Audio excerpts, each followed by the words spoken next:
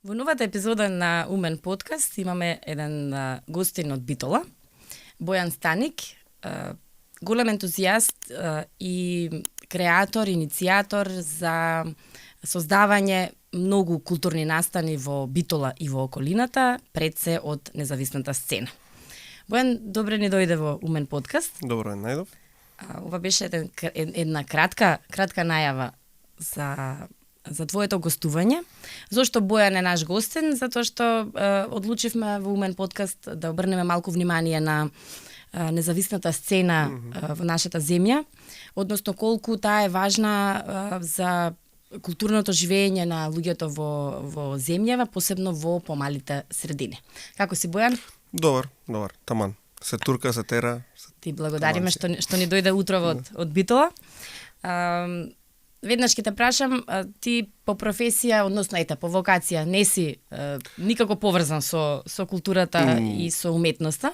Си дипломиран физичар, така? Да, по академски да, по струка, ако збораме за кај се вади лебот, така. Сум дизајнер, а ова е така, од љубов. Некои десетина години си дел на добар дел од работите што ќе ги набројам и иницијатор и ги создаваш.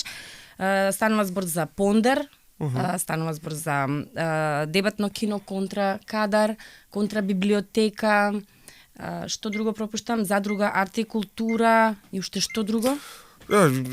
Имало доста иницијативи низ годините, се трансформирало во тоа од што имало потреба, така да така пред Пондер и беше се викаше Predisposed to Oppose Booking and Promotion, после така се некако се разработи концептот во нешто, се менуваа формите, претходното беше само за музика, ова е нешто по мултидисциплинарно. Контракадар исто една широка екипа од 2013 година го почнавме, па сега сме скроз видоизменета и скратен состав. Тоа е интересно дека комбинирате филм, музика, литература. Да, па се не интересира, мислам, сакаме да читаме, сакаме да гледаме филми, сакаме многу музика и така сакаме тоа да го пренесиме на кој да го интересира. Ти си дипломиран физичар на, претпоставам, на природно-математичкиот факултет во Скопје.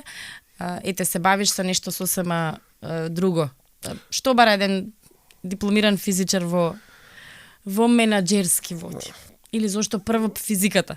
Па не, мислам не дека беше прво или второ, мислам дека бендовите беа најпрво, мислам технички хемија, баба ми беше хемичарка и беше професорка во горната гимназија Цветанка Станич.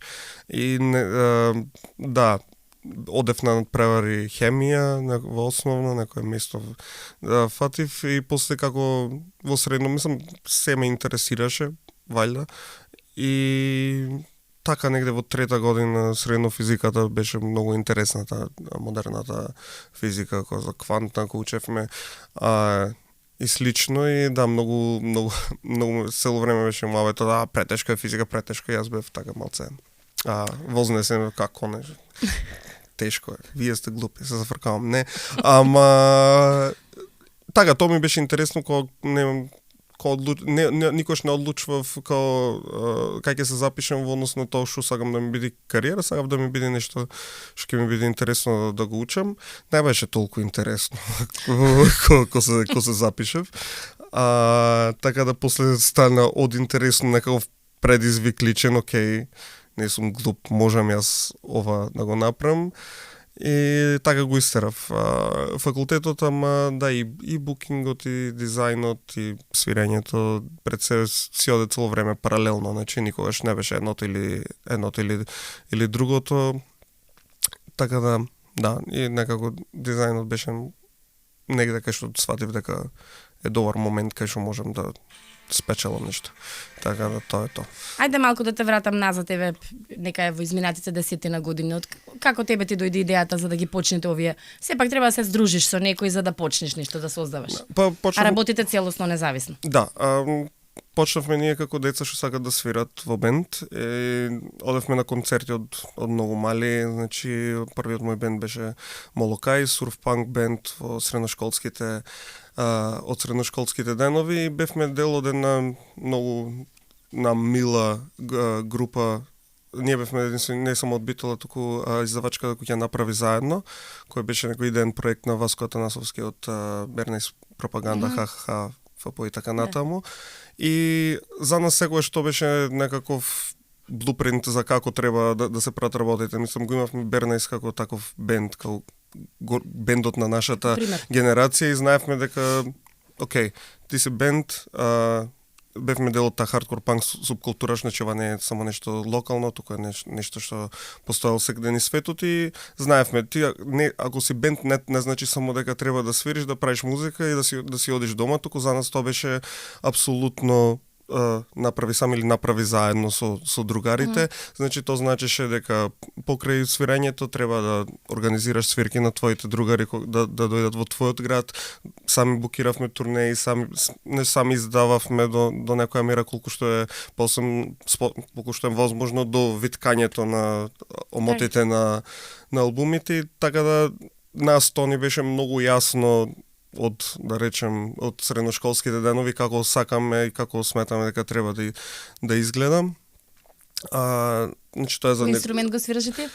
Таму свирев тапани во Молокај, и во однос на контракадар, тоа излезе од една друга нишка, од протестни движења во Битола. Првично се собравме таа екипа околу движењето Аман, за кога беа поскапувањата на струјата. Јас бев тоаш баги мал, реално, 6-17 години и многу кликнавме добро, многу добро ни одеше тој организацијски, логистички дел, политички дел и бевме сите на слично наштимани идеолошки и исто така сите многу сакавме филмови, имаше филмски работници во екипата и бевме као добро, ајде да ги споиме овие две работи, значи контракадар е дебатно кино, ама не е она класична дебата, седиме, мериме време, туку пуштаме филм кој го одбираме спрема некоја актуелна тема или некој само филм кој ни се допаѓа и кој сакаме да го прикажеме и после дискутираме на таа тема после филмот, ама дискутираме на таа тема во контекст на како се одразува врз нашето општество во тој момент. Контекст, да, и не само празни муабети, колку да се кажеме колку сме паметни, туку секогаш особено тие први години кога бевме доста продуктивни со еднаш неделно проекција, што од денешен аспект ми е малце лудо. Секогаш се трудевме да, окей, што можеме ние да направиме после ова проекција. Значи не е окей, си кажавме сите ајде сега подома туку да видиме што може да излезе. И така од неколку проекции доста ствари имат излезено во Битола, пример Задруга артикултура излезено од проекција на контракадар, една друга операција Кино Партизан, може би разбараме подоцна, исто е излезено од контракадар, не знам, разни протести, акции за битолски контекст се излезени после проекција, бидејќи е добра прилика за ние да се собериме и да си направиме некој муабет за нешто што можда не би имале иначе. Јасно. Кажи ми како реагираат младите? Ете, кога веќе нешто се прави 10 години, може и да се донесат некои заклучоци. Ве следат редовно, доаѓаат, ви расте публиката, дали самите млади даваат идеја? Предпоставувам дека вашата публика се главно средношколци, студенти, можеби. Да, низ тие 10 години многу млади поминале, вклучително и ние, така сме почнале млади, сега вајда не сме толку млади. Во Битола е многу тешко, дека Битола не можеш да градиш публика, бидејќи секој септември имаме еден таков мини екзодус на една генерација од четврта средно заменува, пример, да студира Скопје или подалеку. И така да многу никош не сме имале така да се насобира па некој линеарно покачување на публиката, ама ние си го имаме тоа прифатено од старт, мислам. Знаеме дека тоа ќе се случи и одиме на следната генерација. Да, ама имате голем удел во тој дел, нели, она чувството сум влијал врз некого. Да. Посебно во младите години тие работи многу остануваат за понатаму. Апсолутно, да, и гледам во МКЦ на свирки Скопје. И се викам, добро, тоа, перикјат, да сме здрави и живи. Да. Така да, тоа е така. Кажи ми вака, ти во твојата биографија имаш напишано дека си по убедување анархист. Да. Тоа до некаде ќе ми го одговори на некој начин моето прашање, ама сепак ќе ти го поставам. Пред малку кога разговаравме, генерално вие не барате поддршка од општината, да кажеме, кога нешто организирате. Тоа е став во смисла не сакаме никој да ни помага, што е институција во прашање, сакаме да бидеме целосно независни, како вие започет 10 години да се обстани, да се прават нон-стоп работи, да се тера тој концепт. Не, не нужно дека ние сме на крајот на денот контракадар функционираше во институција, функционира во Центар за култура, имавме сега викендов настани во Центар за култура и ние, јас како го поимам зборот независност е дека тоа што го правиме ние не зависи од никој друг освен нас самите. Сега, тоа некогаш може да значи некаков можда компромис во однос на не сме толку идеолошки purists, пуристи вајда. Пуританци, да, не, мислам се трудиме да ја оптимизираме ситуацијата за да функционира. Тоа што значи да сме независни, дека ние нема не добивме проектот, не ја добивме поддршкава, тоа не правиме, се одиме дома и затоа никој од нас кои сме моментално активни во иницијативите не живее од ова, пошто сакаме да си го делиме тој дел, компромисите кои мора да ги направиме за да имаме живеачка, спрема тоа што го правиме од љубов, што спрема тоа што го правиме пошто сакаме да се случи. Така да тоа е отприлика логиката. Според тебе, како човек што создава настани и се обидува да остави некаква трага кај младите, кој треба да ја создава и фактички ја создава културата во една средина? Дали независната сцена треба да има примат, или можеби општината со своите програми за поддршка на култура или на локалните, меѓутоа и пошироко уметници, треба да ја води оваа приказна? Искрено, се додека има публика која е заинтересирана искрено за тоа што се создава, тоа е единствениот услов. Не е битно. До некаде не е битно кој ги дава парите. Јас сметам дека некои такви концепти малце знаат да ја осакатат. Културата, така, значи, како лоша услуга, да му направат, мислам дека пред се најбитна е публиката, да има, пошто јас кога свирам, мене сум свирал и на голем фестивал или што и да значи тој на свирка во Кочани пред 30 луѓе, пример, и ако на тие 30 луѓе гледам дека си врвеле многу подобро, мене ми многу тоа концерт што ми останал, тоа зборам пред може над 10 години.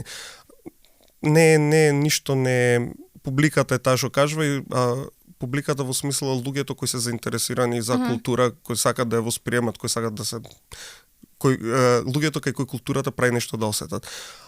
А парите, мислам, долга дискусија не ќе се да навлегувам во живеачката на луѓето кои одлучиле да живеат од култура и тие се културните работници си имат своја борба, ние не сме културни работници во таа смисла, ама за нас во Битола контекстот е таков и сме нашле таков модел на функционирање кој ни одговара. Ако некојаш за нешто ни притреба поддршка од општината, можда би се обратиле. Се зависи од што ние сме си зацртале дека во овој момент ни треба за да постигнеме некаква цел. Што би ви било поддршка или помош, да речеме, сега после 10 години функционирање, на кој начин може би општината може да ви помогне? Дали може би ви треба простор, дали имате добра соработка, да речеме, кога ви треба дозвола за организирање некој настан, ако е на јавен простор, предпоставувам дека тогаш е... Да, мислам пак зависи од настанот и тоа го евалуираме случај по случај. Значи, да, сме правеле на јавни простори, генерално општина Битола прилично окей, нема некоја голема процедура, си даваш документот, си плаќаш колку што треба и тоа е тоа, не е некој терет да сме имале некакви препреки, да, другото оставаме, ние си го правиме планот и после гледаме што ни треба за да го изведиме. Простор како артикултура кој го имавме, кај што имавме комплетна автономија, програмска автономија, беше супер, бидејќи не мора да преговараш со никој, ти пише бенд, сакаш бендот да свири, ти му викаш дојди свири, толку. Тоа е секогаш супер, ама исто така тоа си подразбираше многу друга работа, административна, бидејќи работеше како кафич кооператива, значи тоа си имаше сметки на крајот на месецот, 2000 евра, како си победил, да си поминал, тебе треба да ги платиш, а тебе публиката ти се средношколци, со вајда тогаш студенари в джеп и имаш полна куќа, а имаш празен джеп. Да, така да тоа е. Ние цело време многу критички пристапваме кон се што правиме, после секој настан правиме реевалуација на како поминало, што сме можеле да направиме подобро, како се сменале околностите, мислам, од тој аспект многу сериозно си го сваќаме, бидејќи некиме, мислам, да го правиме, некиме ради реда да го правиме, некиме само да тргаме цртки, а и ниту имаме проект кај што цртките менват, ниту имаме, даваме отчет пред било кој, освен пред нас самите. Така да, тоа е. А дали имате увид, например, во однос на тоа што општината поддржува под капан или на култура и сцена, дали следите, да кажеме, што е поддржано и според тебе дали треба да е нешто поразлично, дали сметаш дека некоја област можеби не е опфатена доволно? Следиме, мислам, не би коментирал премногу за културната политика на општината. Не сум никако вклучен, не сум никако така, немам некој специјален коментар. Тоа што можам да кажам дека покрај нашите настани во Битола, барем тоа го пратам, доста се свири, значи доста бендови настапуваат од различни организатори. Можам да имам мислење дали некој бенд бил добар, програма добра или лоша, ама факт е дека има доста, значи почнав последниве неколку години да следам и да си правам листи колку бендови свиреле во Битола, и тоа се меѓу 70 и 90 бендови секоја година во Битола. Никој град го нема тоа покрај Скопје, така да супер е. Нека се случува, пак можам да имам мислење за таа програма, ама не мислам дека е релевантно. Така. Јас има еден блог на кој што ти медиум може да се води како блог, каде што исто така пишуваш, и кога се подготвував за разговорот, видов еден интересен твој извештај за 25-та, и јас сега кратко ќе го прочитам, затоа што е многу така симпатично на битолски напишано. Традиционално прво наменито е она што сме го сработиле ние со нашите другарчиња, значи Ponder, Metal Discharge, дебатно кино Контра Кадар, Контра библиотека, а од летово, после години идење на испомош во Битола, официјално се кладе во погон и прилепската подружница Лампаш, па кладовме една техничко-логистичка рака и таму годинава во име на сепелагониската солидарност. Така, годинава истеравме скоро 30 настани, пак една рака луѓе, пак со глатав зид, колку и да уморва и да е мачно, пак без лична финансиска или било каква друга корист, туку само да се потрудиме да дајме нешто убаво за градо и за заедницата што од икс причини се уште е тука. Тоа звучи како јас сум го напишал, да. Така? Да. Многу симпатично и искрено. И што тебе те држи во оваа работа ентузијастички? Појма немам. Не знам.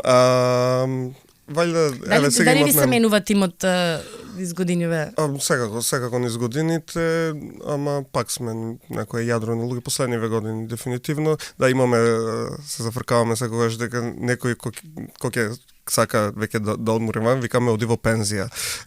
Значи се пензионира и ние тоа го почитуваме. И пример, и да уште тие луѓе помагаат лево десно ако треба, ама одлучени сме, не ги бараме, освен ептен ако сме во тесно.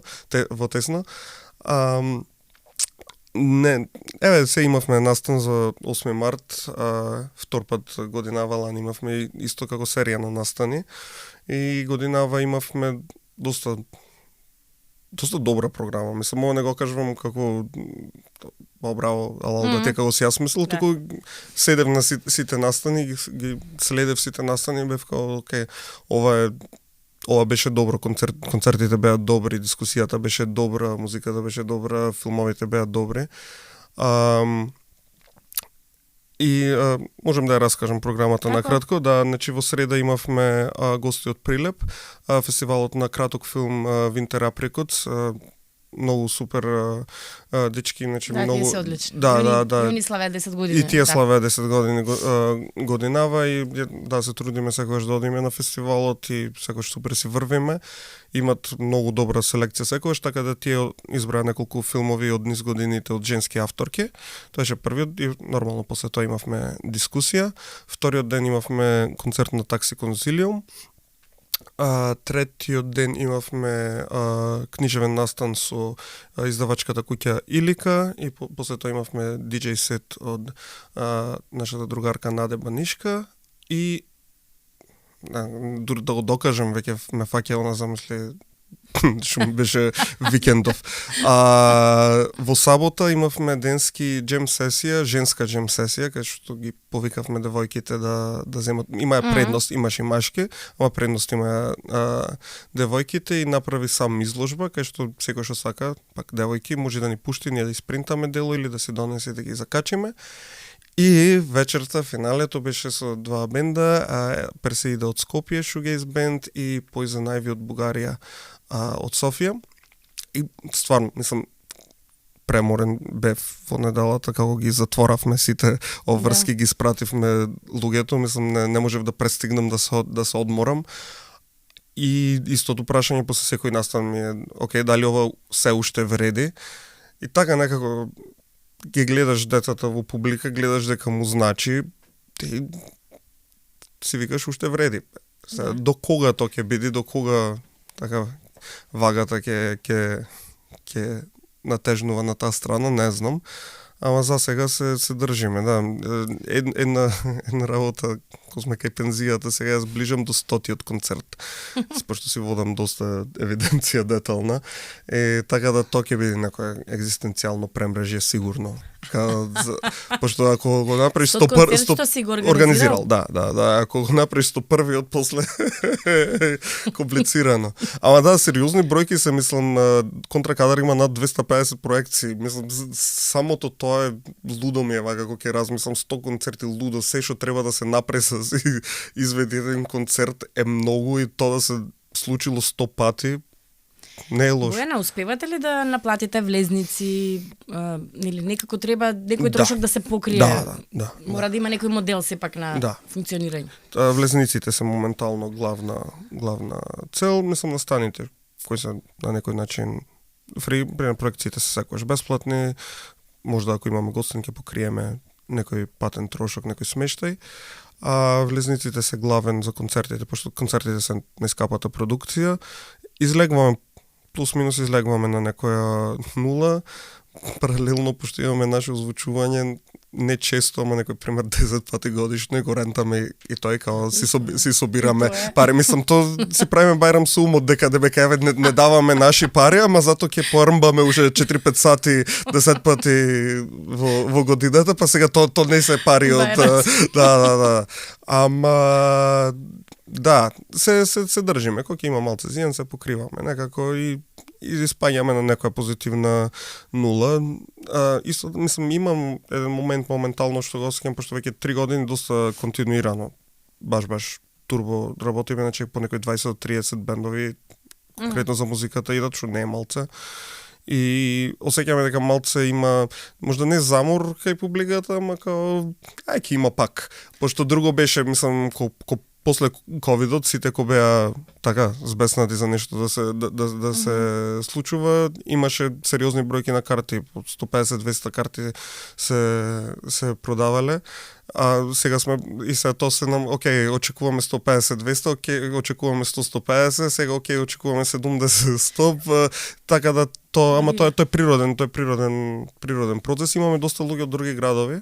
Идат, пример на концертот во саботата имавме луѓе од Прилеп редовно, луѓе од Кичево, од Велес, го има тој момент на некоја така меѓуградска солидарност. Не само солидарност, луѓето сакат да слушнат.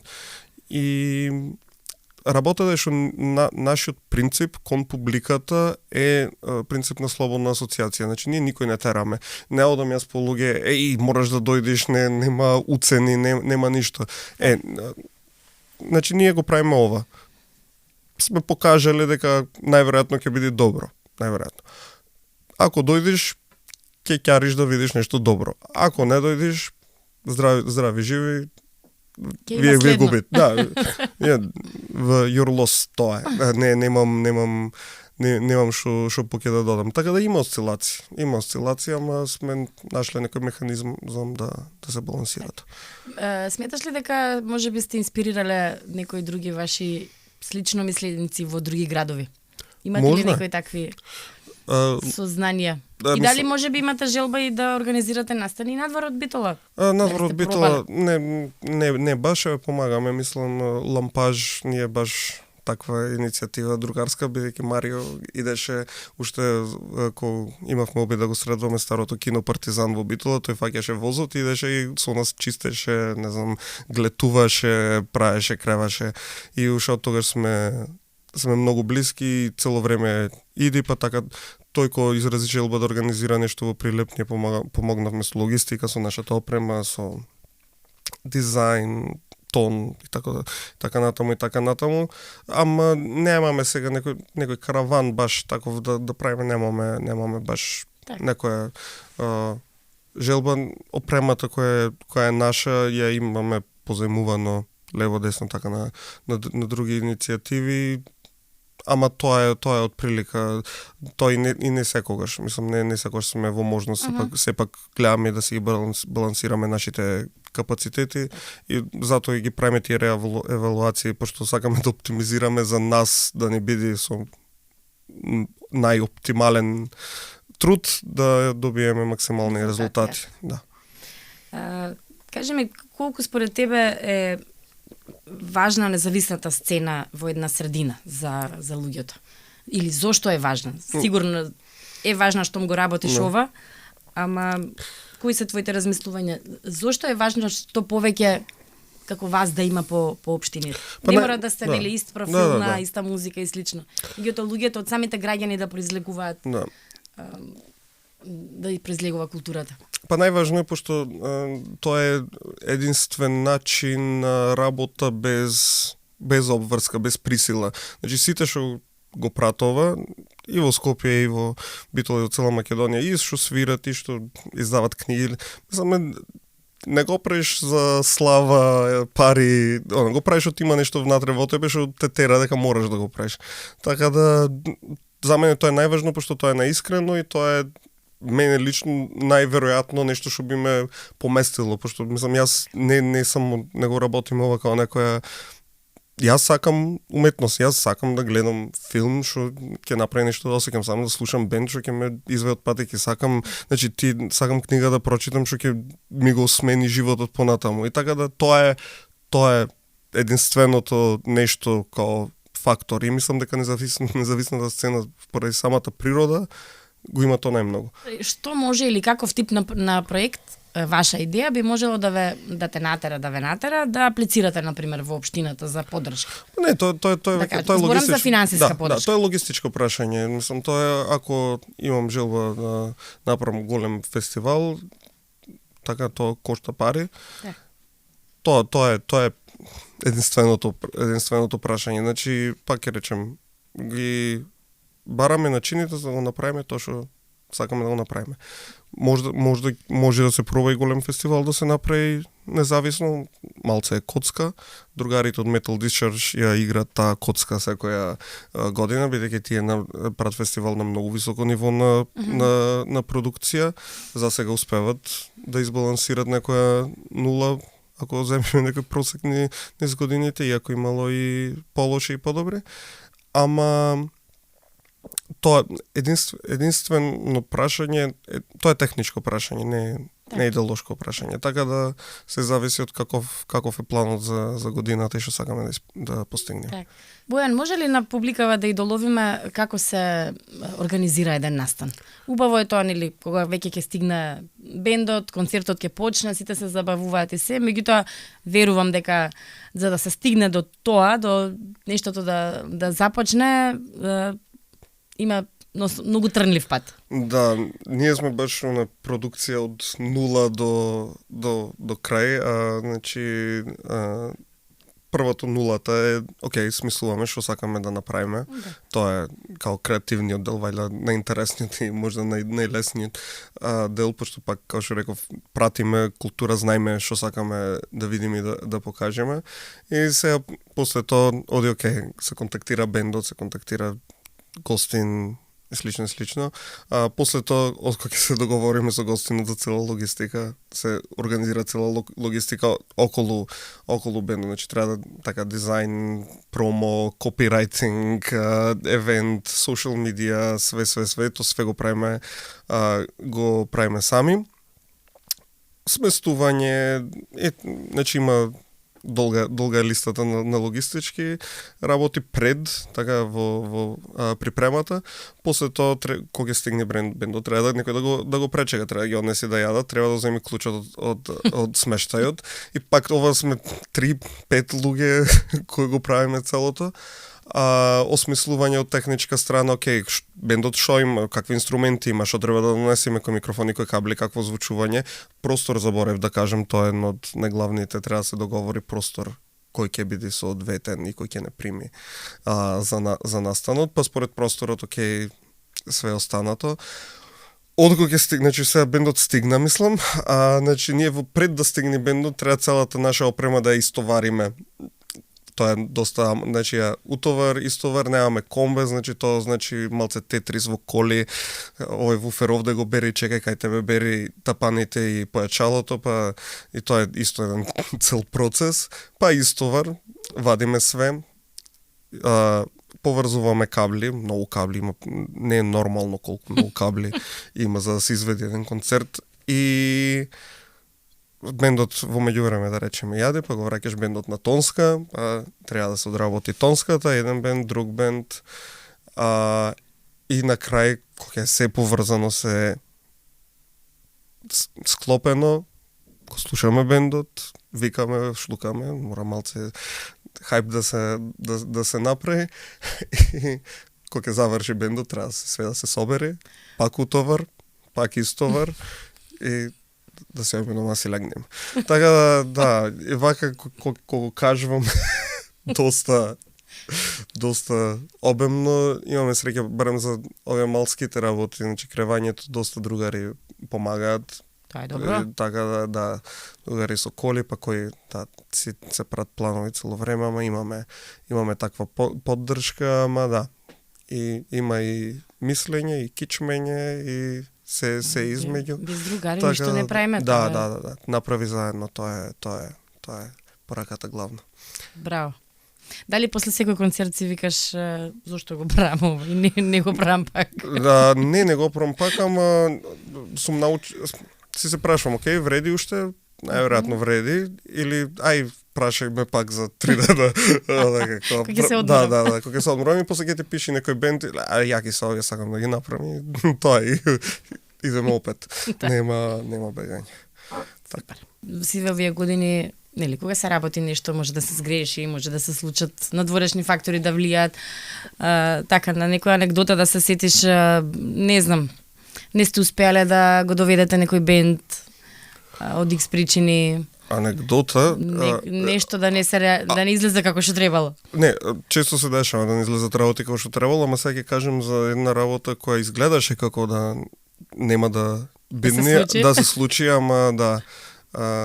Наш добар другар направи се во негова сила. Значи имавме дански бенд лани, мислам дека беше април време, ова време прилика, на кој свира турнеја, значи беа во Албанија претходниот ден и им се расипа колата комбето.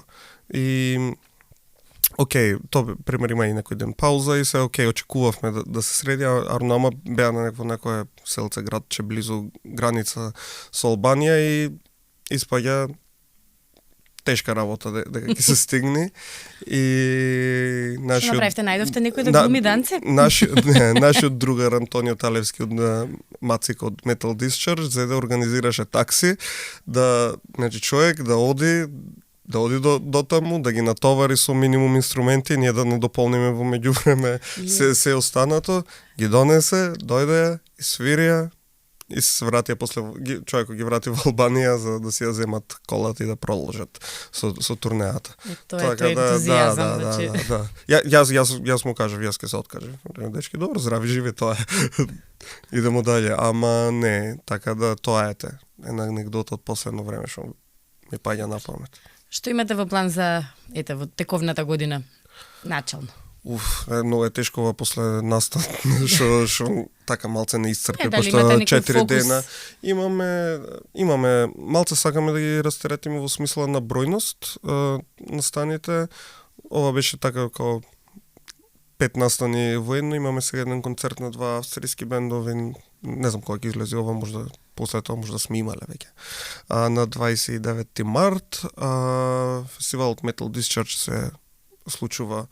То не е моја матична, ама истите луѓе сме, се завркаваме дека сме поќе колективи од луѓе во колективите, така да значи тие го имат фестивалот на 5, 6 и 7 јуни, ако не се лажам, тој викенд од петок до недела, не сум сигурен.